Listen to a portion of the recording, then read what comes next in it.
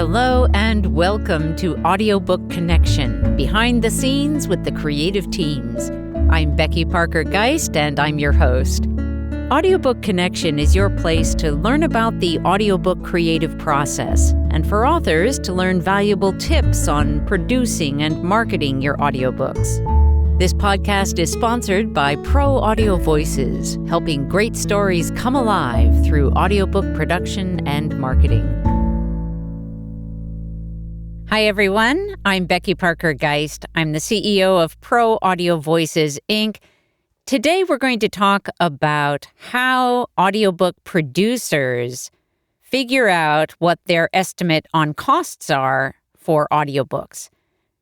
Now, certainly there's going to be some variation here, since I can't speak for every audiobook producer in the industry, but I can give you some general standards that you'll find in the industry. The reason I decided to do this topic today is that I was recently speaking with a new client who was not yet a client at the time, but he was expressing how frustrating it was to try to understand how projects were getting priced and how the finished length was even being calculated. So I'm going to go into a little more depth than I may have before, and certainly than most people are going into, so that you can really understand what's going on when producers are quoting what your audiobook might cost. So the first piece is based on a kind of average words per minute of narrative pace. So first of all, I want to address what that average really represents, and is that a good basis on which to estimate every audiobook? The industry standard usually lands somewhere around 9,200 words per hour, or about 150 to 155 words per minute. Is that an accurate industry standard in terms of narrative pace? I would say no. Now, certainly many books are going to fall in that range, but there are other factors that make a really dramatic difference. One of those is the actual pace of the narrator. Now, I also want to say here that every narrator does not have exactly the same pace for every book. Certainly some books call for a quicker pace. They, want a little more driving action. You want to get to the point. You want to drive things home. In others, you may want to take a slower pace. You may be trying to explain something that is more complex, or just you may have an audience that really requires or prefers a slower pace. So even in just those two examples of my own in talking about this topic, you can see that there's quite a difference. Now, when you get to the calculating of how fast is the pace of the narrator, that's usually we refer to that as words per minute. That words per minute most often is going to land somewhere between about 120, could even be a little less, depending on the material. So let's say 100 words per minute to 180 words per minute. That determination is partly the narrator, but it's also partly your particular text. Some texts have a lot of big words. They take, you can only get through a fewer number of words in the course of a minute than a book with a lot of short words, small words.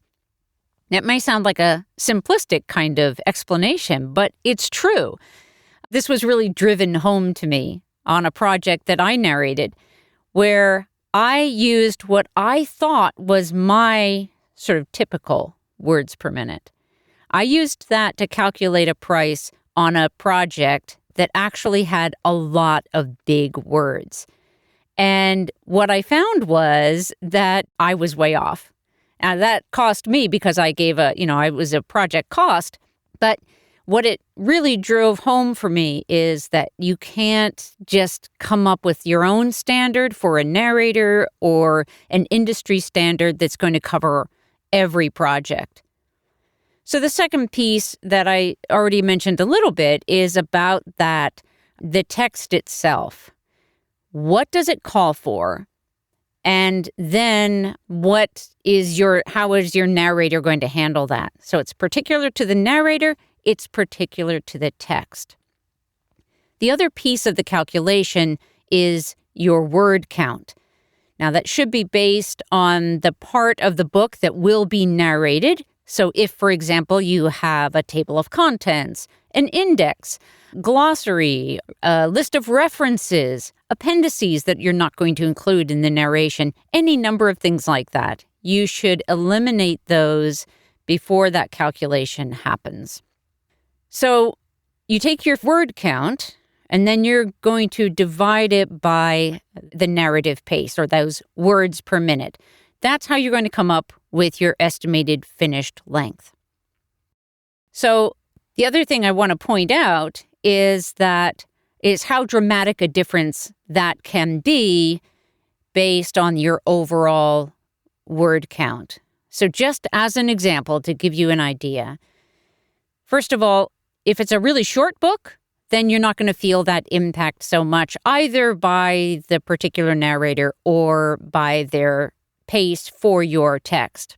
If, however, you have a longer book, and when I say longer, this is the example I'm going to give, a book of even about 78,000 words, for example, which is not that long, a book of that length, even with the same narrator, but at different paces, can make a difference of an hour. If you're working with an audiobook producer who is giving you a per finished hour cost basis, then you can see how quickly that can make a huge difference. So that's the first part of this question of how they calculate the finished length. Okay, the next step has to do with how do they calculate the actual pricing. Now, this is going to vary probably more than any other factor by the particular producer. And I'm going to explain a little bit about what some of those differences might be and how they can impact your experience as the client. So first of all, one of the factors that every audiobook producer is likely to be including is some overhead cost. Every business requires some overhead simply to conduct business. That can be anything from making sure that somebody is there to answer emails, respond to inquiries, to the electricity to run the office, any number of things. So employee costs, things like that. Some portion of their overhead would be included in your pricing. Again, every business needs that simply to continue to run. So I just want you to recognize that having a piece of that in your project cost is a good thing, because so for any producer that tries to manage without including any overhead in their pricing, they won't be in business for very long. It's just not a sustainable model. Let's take a short pause and come right back. Here at Pro Audio Voices, we love working with authors who have a big goal in mind. They really want to reach out to their audience around the world. We're here to help make that happen. It starts with our pre-production process, where we're evaluating and determining what elements of the audiobook we can leverage to both create an excellent listener experience for your listeners, as well as drawing them to your website to engage with you further. It continues on through the production process, making decisions that will enhance and support your big goals, as well as creating a great listener experience. But we don't stop there. Once the audiobook is live, we move on to helping you market your audiobook with the Audiobook Marketing Program. Come check us out at proaudiovoices.com. To schedule a call to talk about your audiobook project, click on Get Started.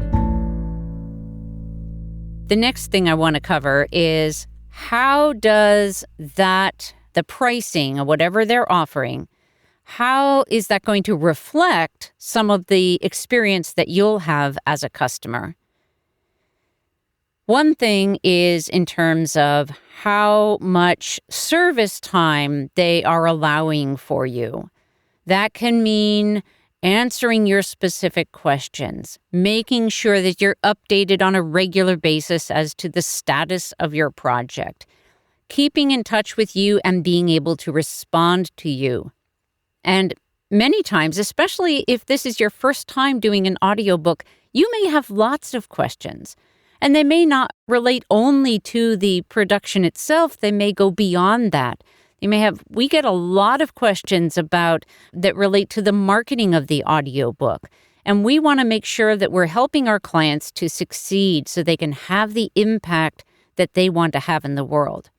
So how much time your producer is allowing to actually have that interaction with you is going to be reflected somewhat in their cost, because they'll need to consider that becomes a part of their overhead, but it's a component of it that they need to factor so that they make sure that they can provide the level of service that they are offering to you. Not all audiobook producers are going to be super responsive to your questions. They may not have answers to your questions. They may be trying to provide the lowest price and the most basic service, which means you're not going to get that personalized, customized experience that we do at Pro Audio Voices. Now, I'm not saying that it's wrong to do it a different way. It's certainly not. There are many different models and many different approaches. So you just, as the author, want to think about what are your goals, and what is it that you feel you're going to need in the process so you can make sure that you're getting what you need. The other aspect of this that is reflected in that project cost, and it's very related, but it's a question of how flexible is your audiobook producer going to be able to be with you. This can be a question of things like, when I talk about flexibility, some audiobook producers, once you deliver the manuscript and recording has started, if you want to make any changes at all, they are not going to be included in the audiobook. You just don't have that flexibility because their systems are such that they don't allow for that kind of flexibility. Pricing has to accommodate whatever level of flexibility is going to be offered. So if you're feeling, again, like, oh, this is my first time, I may not know exactly what I'm doing, or I may need a little extra help, or, maybe I'm going to recognize once I hear my audiobook that there are some things I'd actually like to tweak a little bit. And as much as I also want to reiterate, tweaking after recording is not the best idea, not the best approach, but it can happen. And is your producer going to be able to accommodate you if, in fact, that happens for you? So those are a few of the elements about pricing an audiobook, how producers are figuring out what those different factors are, and also what kinds of flexibility and customization is included. I want to mention one other thing, and this is actually pretty significant. If they're offering a kind of on the lower side of the per finished hour, it is likely that their system, their model is that the narrator will do all of their own editing. Assuming that you have a published book, you probably recognize the importance of professional editing, of your manuscript being edited by somebody other than you. The reason for that, of course, is we're all human. We fill in the gaps in places, we misread things because we know what we intend. And so having a separate set of eyes on that manuscript is really, really valuable, extremely important if you want to have a professional manuscript. Now let's take that to the audio world. If you are an audio narrator and you're editing your own work, yes, you actually can catch a lot of things, just like an author can in their text manuscript. When reading back through, you can catch a lot, but you're not going to catch everything. It really helps to have that extra set of ears, in this case, to make sure that you've read the right words and that they make sense to the listener. When we're reading, sometimes, in the moment, in the flow, we think a sentence, a phrasing is going to be one way. Maybe it turns out that we've missed something in the beginning of the sentence that would be better reflected or make better sense of the sentence if we remembered that by the time we got to the end. So some of this is like comparatives. I did this instead of that. There are many instances where if we're not paying really close attention in any given moment to the phrasing of a sentence and making sure that it makes sense, that we can be a little bit off. Having an editor listen to it afterwards can pick up on those things and can really help make it the best that it can be. So, what we've talked about is how audiobook producers can price a project, most often, it's based on a generic average words per minute and the word count of the manuscript. Here's one way to know if that's what they're doing. If you tell an audiobook producer your word count and they kick back a price immediately with what it would cost to produce it, then you know they're going with an average, and whatever their industry or whatever their standard is for quoting. If, however, the producer requires that you send your manuscript so they can actually do a test read with it and get a feeling for it, and they then come back with not just a single price, but a range, now you know that they have actually taken the time to test the read with your material at both a slower pace as well as a faster pace. So you can find out what that range might be. That is the way to find a proper pricing. And let me say this as well, as a warning.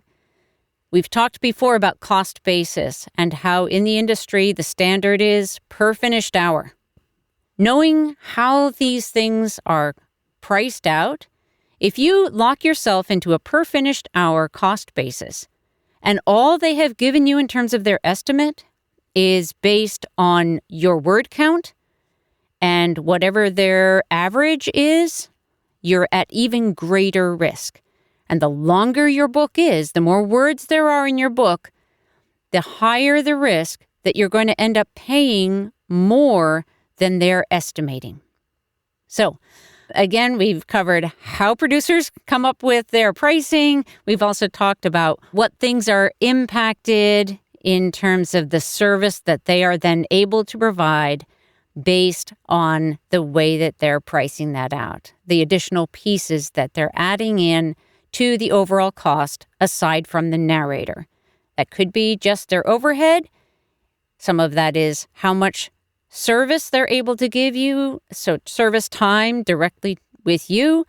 Some of that is flexibility, and again, can also dramatically be impacted by whether they have a separate editor listening to the audio. Thank you so much for being with me today. I hope that you'll subscribe to Audiobook Connection, behind the scenes with the creative teams. We're so glad to be here and providing value.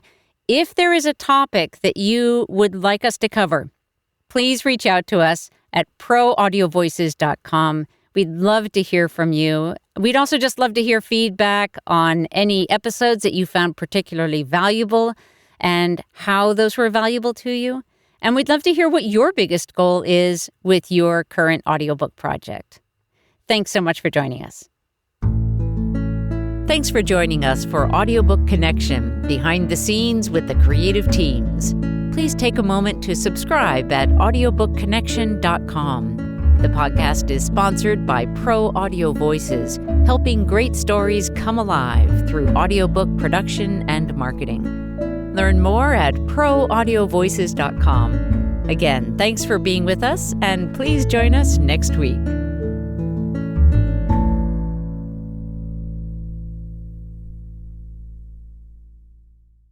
This podcast is a part of the C-Suite Radio Network. For more top business podcasts, visit c-suiteradio.com.